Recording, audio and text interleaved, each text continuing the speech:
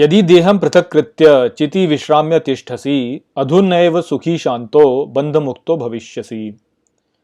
नमस्कार मित्रों। ये जो श्लोक है ये अष्टावक्र गीता के पहले अध्याय का चौथा श्लोक है, जिसे हम आज गहराई से समझेंगे। तो आइए सबसे पहले इसके अर्थ को समझते हैं। तो जो श्लोक है वो कहता है, यदि देहं पृथक्कृत्य, अर्थात यदि देह को पृथक करके, चिति विश्राम्य तिष्ठसि, अर्थात चित्त में विश्राम करते हुए बैठते हो, अधुनैव सुखी शांतो, अर्थात तो उस ही समय सुखी शांत, बंध मुक्तो भविष्यसि, अर्थात बंधन मुक्त हो जाओगे। तो यहाँ पर अष्टावक्र राजा जनक से कहते हैं कि यदि तुम देह से स्वयं को पृथक करके अपने चित्त में विश्राम के साथ बैठ जाते हो, तो तुम उसी समय सुखी शांति और बंधन मुक्त पाओगे स्वयं को।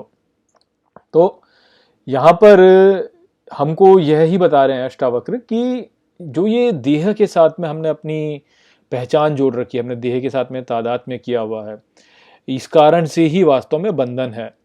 हम यही सोचते हैं कि हम हमारी देह है और हमारी देह जो है उसके फिर नाती हो जाते हैं, बहुत सारे रिश्तेदार हो जाते हैं, माँ है, बाप है, बच्चे हैं, पत्नी है और बहुत सारे मित्रगण हैं। फिर उसका राष्ट्र हो जाता है, उसका कुनबा हो जाता है, उसका शहर हो जाता है और नाना प्रकार की फिर वस्तुएं होती हैं जिनके साथ में जो है शरीर जुड़ जाता है। अब ये सभी जो वस्तुएं हैं इस संसार में, ये सब एक दूसरे के साथ में नृत्य तो कर ही रही हैं। कभी कुछ हो रहा है, कभी कुछ हो रहा है, कभी भारत जो है वो पाकिस्तान को मैच में हरा रहा है, कभी पाकिस्तान जो भारत को मैच में हरा रहा है, कभी जो है लोग यूपी बिहार वालों की बुराई कर रहे हैं, कभी लोग जो हैं वो कश्मीर वालों की बुराई कर रहे हैं, कभी ब्राह्मण जो हैं वह निचली जातियों की बुराई कर रहे हैं, निचली जाति वाले जो हैं वो ब्राह्मणों की बुराई कर रहे हैं। और इस प्रकार का ये जो संसार में खेल है ये चलता रहता है इसी प्रकार से। तो अब यदि आप स्वयं को शरीर के साथ में जोड़ लेते हैं और फिर उसके साथ में जो है इन सभी नाना प्रकार की वस्तुओं के साथ में जोड़ लेते हैं, तो ये जो खेल यहाँ पे चल रहा है आप उस खेल में फंस जाते हैं। क्यों? क्योंकि फिर आपने जिसके साथ में जोड़ा है, यदि वह अच्छा करता है तो आपको अच्छा लगता है, यदि वो बुरा करता है तो आपको बुरा लगता है, उसके बारे में कुछ अच्छा बोला जाए तो आपको अच्छा लगता है, कुछ बुरा बोला जाए तो बुरा लगता है। तो राग और द्वेष उत्पन्न होने लगते हैं आपके भीतर।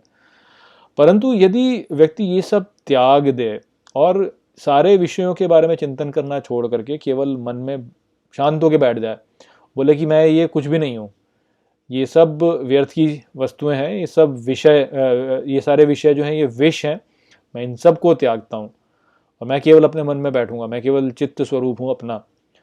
तो उसी समय तत्क्षण जो है मन में शांति का आविर्भाव होगा, शांति उत्पन्न होगी और सुख उत्पन्न होगा और व्यक्ति जो है रस देने लगेगा उस सुख और शांति का। वास्तव में क्या है कि अधिकांश लोगों ने कभी इसको अनुभव ही नहीं किया होता है, इसलिए वह इस बात को समझ नहीं पाते।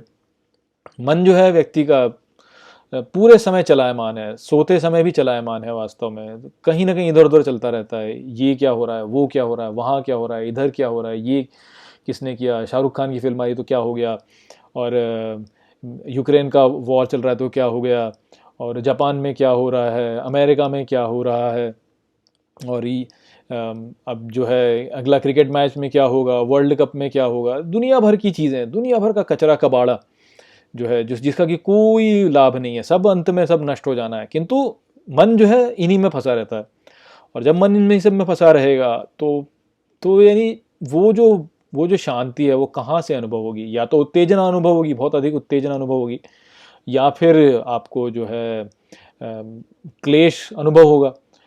तो वो सुख शांति वास्तव में व्यक्ति कभी अनुभव ही नहीं कर पाता। क्यों? क्योंकि मन जो है वह इधर से उधर भटकता है और इतना अधिक भटकाया हुआ है मन को कि जब शांत होकर बैठते भी हैं तो उस समय मन और अधिक चलायमान हो जाता है और अधिक जाता है विषयों की ओर, क्योंकि वहीं पे तो रहा है सदा।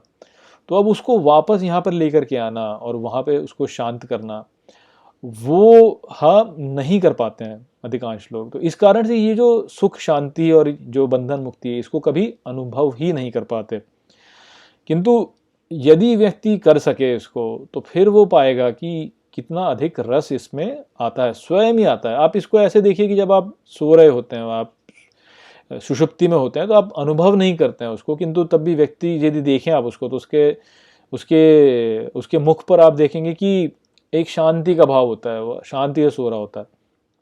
तो वो दर्शाता है कि जब ये सभी विषय जो हैं ये सब बैठ जाते हैं तो जो चित्त स्वरूप है जिसमें यदि आप बैठ जाएं तो वो शांत और सुख की भावना होती है उसमें।